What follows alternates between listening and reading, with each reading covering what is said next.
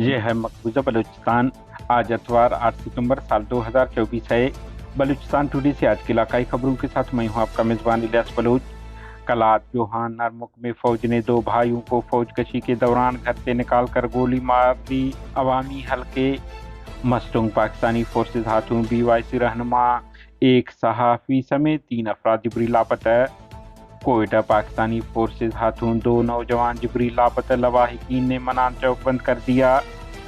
बलूचिस्तान में हर एक शख्स को गिरफ्तार करने का इख्तियार। बलूचों के खिलाफ मजालिम और जबर को कानूनी हैसियत फराहम करने का मंसूबा है। BYC डॉक्टर हई को अगर 10 दिन के अंदर बाजियाब नहीं किया गया तो DHQ अस्पताल आवारान को ताला लगाकर इसके सामने धरना देंगे।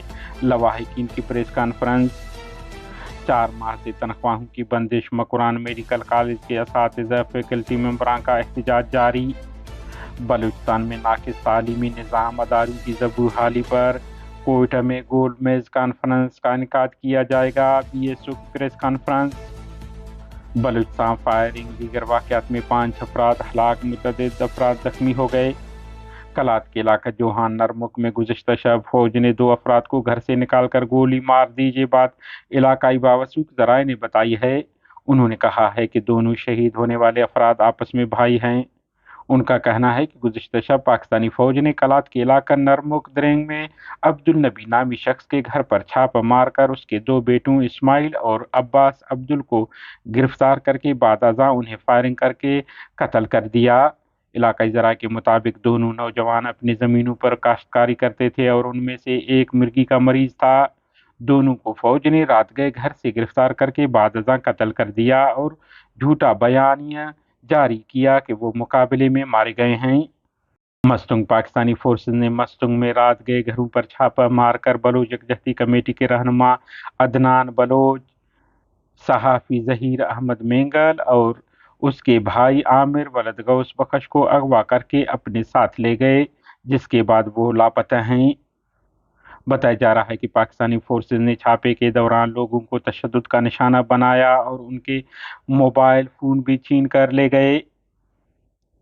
बलूचिस्तान के दारुल हुकूमत कोयटा बरूरी रोड के इलाका ईसा नगरी से पाकिस्तानी फोर्सेज ने 2 नौजवानों को गैर कानूनी हिरासत में लेकर बादअज़ां लापता कर दिया।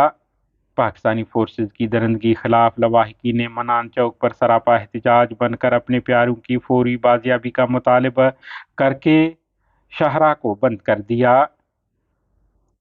कोयटा बलूच यकजहती कमेटी के तर्जुमान ने अपने जारी करदा बयान में कहा है कि हमें पाकिस्तान की वफाकी हुकूमत की तरफ से बलूचिस्तान में रियासती फ़ौज और अदारों को शक्की बुनियाद पर किसी भी शहरी को गिरफ्तार करने और 3 माह तक बगैर किसी मुकदमे के हिरासत में रखने के इख्तियार देने के हालिया फैसले पर शदीद तहफ़्फ़ुज़ात हैं। ये इकदाम गैर कानूनी तौर पर जारी बलूच नस्ल कुशी को जवाज़ फराहम करने और उसमें इजाफ़ा करने की कोशिश है। उन्होंने कहा है कि दर हकीकत फ़ौज पहले ही अमली तौर पर इस तरह का इख्तियार रखती है।